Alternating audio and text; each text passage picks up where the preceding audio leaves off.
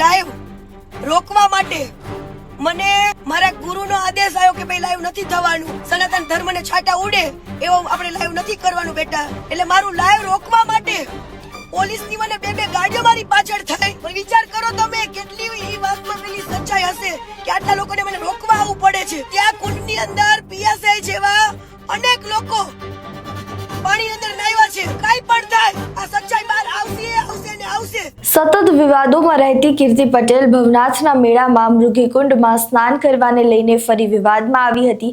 સતત 2 દિવસ સુધી આ વિવાદ ચાલ્યો અને બાદમાં તેને પોતાનું મૌન તોડ્યું હતું અને સોશિયલ મીડિયા પર એક પોસ્ટ કરી. આ પોસ્ટમાં તેને ઇન્દ્ર ભારતી બાપુના મોટા રાઝ ખોલવાની વાત કરી હતી અને એ પણ પુરાવા સાથે. જોકે તે લાઈવ થાય તે પહેલા જ તેની સામે ભવનાથના મેળામાં પોલીસ સાથે ગેરવર્તણૂક કરવા સામે ફરિયાદ દાખલ થઈ ગઈ અને બાદમાં તેને કોઈ પુરાવા પણ રજૂ ન કર્યા અને લાઈવ પણ ન કર્યું. પરંતુ તેને લાઈવ ન કરવા પાછળનું કારણ જણાવતા એવું કહ્યું કે તેને રોકવામાં આવી છે. ત્યારે પ્રશ્ન થાય છે કે ઇન્દ્ર ભારતી બાપુ વિશે કીર્તિ પાસે એવા તો શું પુરાવા છે અને કીર્તિને આ પુરાવા રજૂ કરતા કોણે રોકી? નમસ્કાર, આપ જોઈ રહ્યા છો ચક્રવાત ન્યૂઝ. હું છું આપની સાથે નિધિ. ત્યારે અહીં જુઓ કીર્તિ પટેલ સમગ્ર વાત પરથી પડદો ઉઠાવતા શું કહી રહી છે. જય માતાજી મિત્રો, આજે મેં જે 9 વાગ્યાનો ટાઈમ મૂક્યો હતો કે હું લાઈવ કરવાની છું, ઈ લાઈવ રોકવા માટે મને મારા ગુરુનો આદેશ આવ્યો કે ભાઈ લાઈવ નથી થવાનું.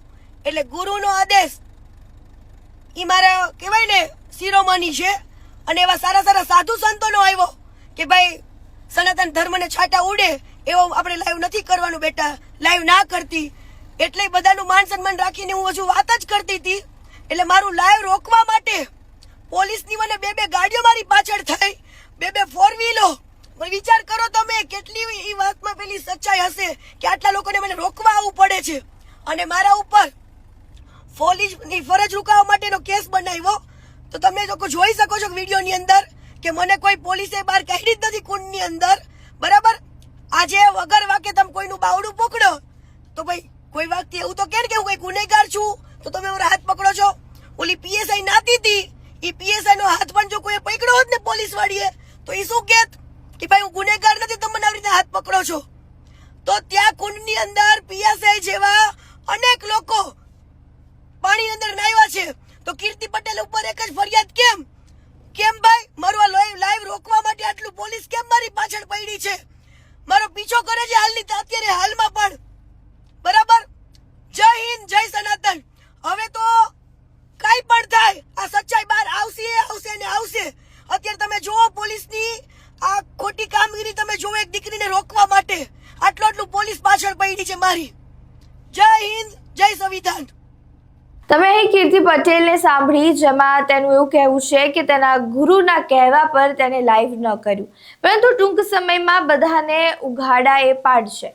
ત્યારે હવે જોવું રહ્યું કે મૃગીકુંડમાં સ્નાન કરવાને લઈને શરૂ થયેલો આખો આ વિવાદ હવે કેટલા અલગ સ્વરૂપ ધારણ કરે છે અને ઇન્દ્ર ભારતી બાપુ આ મામલે શું પ્રતિક્રિયા આપે છે. તમારું આ સમગ્ર મામલે શું કહેવું છે તે અમને કમેન્ટ બોક્સમાં જરૂરથી જણાવજો. નમસ્કાર.